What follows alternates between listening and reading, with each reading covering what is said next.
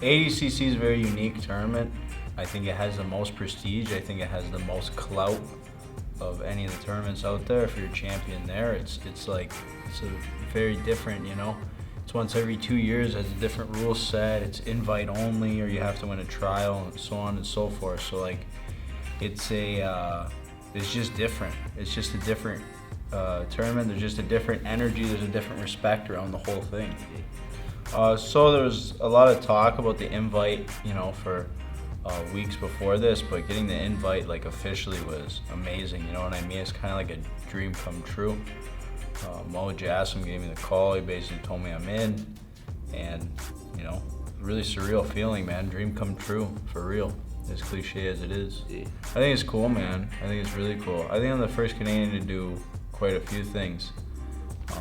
I think I was like the first Canadian to ever headline a major jiu-jitsu event, like a major professional grappling event, you know, so I'm just getting started. But I feel good representing Canada. I feel good being a Canadian. It's really cool to be going to ADCC. I don't know too many Canadians who've ever been there before, so I think it's a really cool, really unique experience.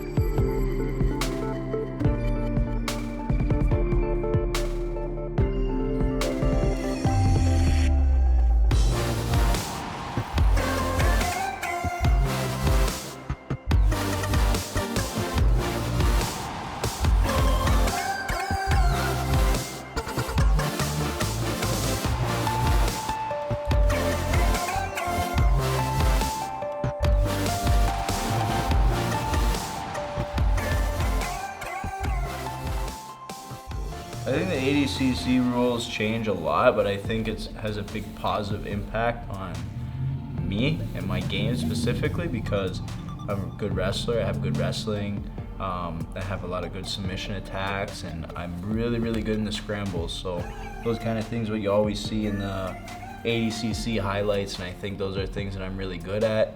I have a long time, I have almost 2 months now to tighten everything up and to start the training camp and train more specific. So I have a long time to get tuned up and get in touch with all the rules there. So I think it's going to be really good for me. Well, obviously there's heel hooks and all kinds of things like that involved, which is not really a transition for me because I've competed with those rules like many, many times before. But I'd say the main difference is, one, the potential length of a match, because there could be a 5-minute overtime after a 10-minute match, and there could be 2 10-minute overtimes in a final, so like 40-minute match if it goes there in the finals. And then another thing that's big is the wrestling and the rule set. The rules are very different, and the wrestling is kind of like a backbone there, you know. So just been focused more on wrestling, just been focused more on things like that, and trying to study the rules and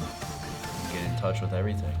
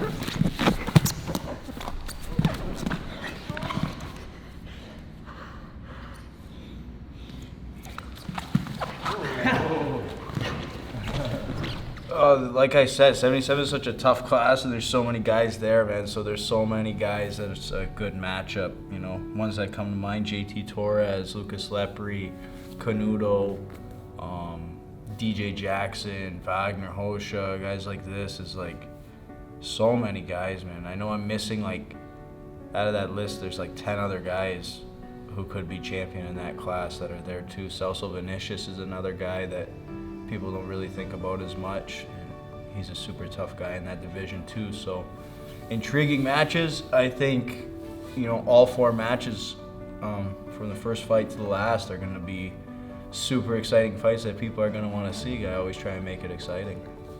I fought Renato Canuto at Kasai at 77 kilos, which is like 170 pounds.